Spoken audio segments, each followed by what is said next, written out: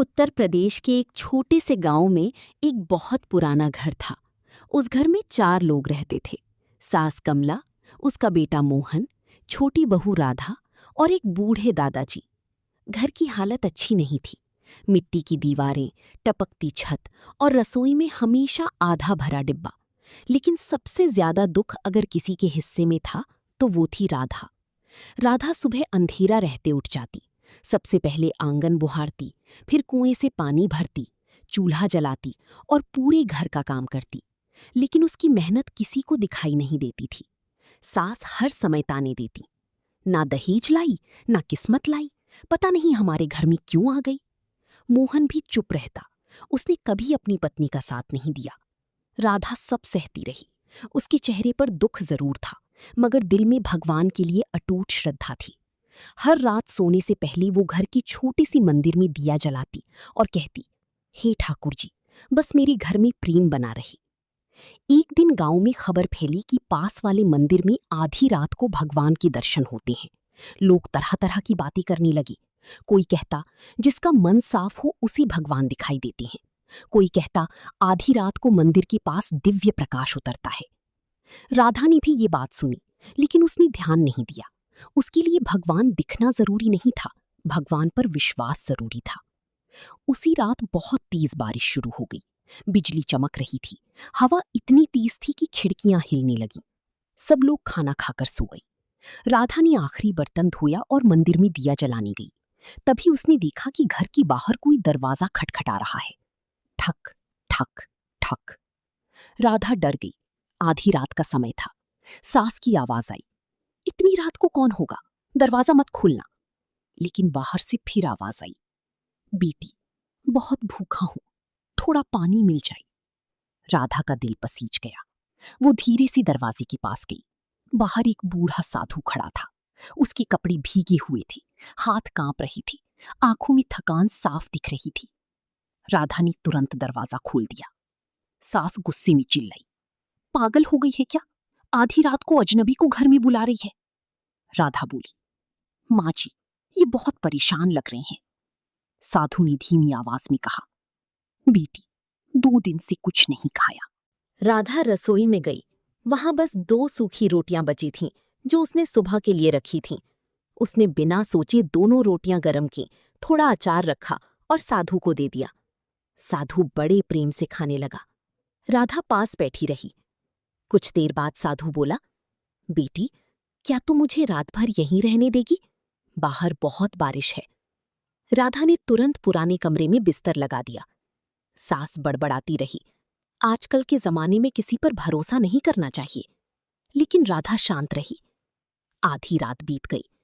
पूरा घर सो गया, मगर राधा की आंखों में नींद नहीं थी।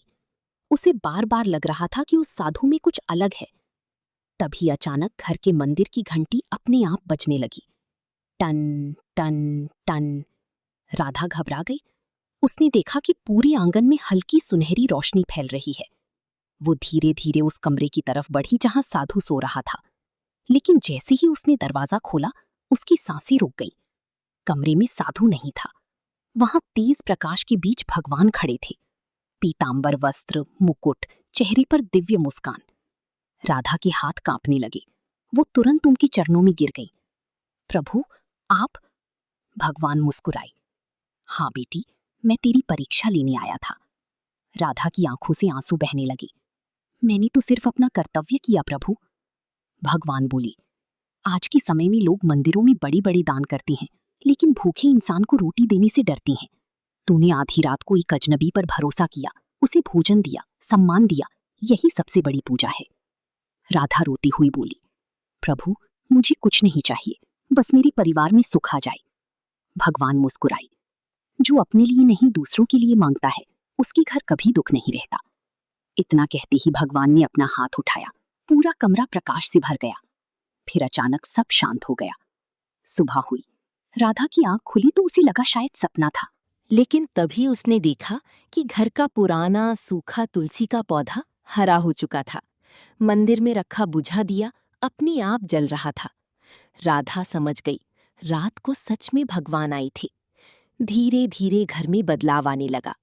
मोहन को अचानक शहर में अच्छी नौकरी मिल गई। कई सालों से रुका हुआ खेत का पैसा मिल गया। घर में बरकत आने लगी। सबसे बड़ा बदलाव सास में आया। जो सास हर समय ताने देती थी, अब वही राधा को प्यार से बुलाती। एक दिन उसने रोते हुए कहा, बहू, तू सच में लक्ष्मी है। मैंने तुझे बहुत दुख दिए। राधा ने उसके आंसू पोंछ दिए। माँ जी, अगर आप मुझे डांटती नहीं तो शायद मैं इतना धैर्य भी नहीं सीख पाती। सास फूट फूट कर रोने लगी। कुछ दिनों बाद गांव के मंदिर में बड़ा भंडारा रखा गया। पुजारी ने सबके सामने कहा, भगवान उसी घर में आते हैं जहां सेवा, दया और सच्चा प्रेम होता है। गांव वाली समझ चुकी थी कि वो घर राधा का था। उस दिन पहली बार पूरी गांव ने राधा की इज्जत की। समय बीतता गया। एक रात फिर तेज बारिश हो रही थी। राधा रसोई में रोटियां बना रही थी। तभी दरवाजे पर फिर दस्तक हुई। ठक ठक ठक। राधा मुस्कुराई। वो बिना डरी दरवाजे की तरफ बढ़ी। सास ने पूछा, इतनी रात को कौन होगा? राधा ने मुस्कुराकर कहा, माँ जी, क्या पता फिर भगवान आए हों। अगर आपको ये कहानी अच्छी लगी हो तो प्लीज़ इसे लाइक करके हमारा हौसला बढ़ाइए। और हाँ, ऐसे ही और कहानियाँ सुनने के लिए चैनल को सब्सक्राइब करना मत भूलिएगा। घंटी दबाइए ताकि अगली कहानी सीधे आप तक पहुँचे। तो मिलते हैं अगली कहानी में। धन्यवाद।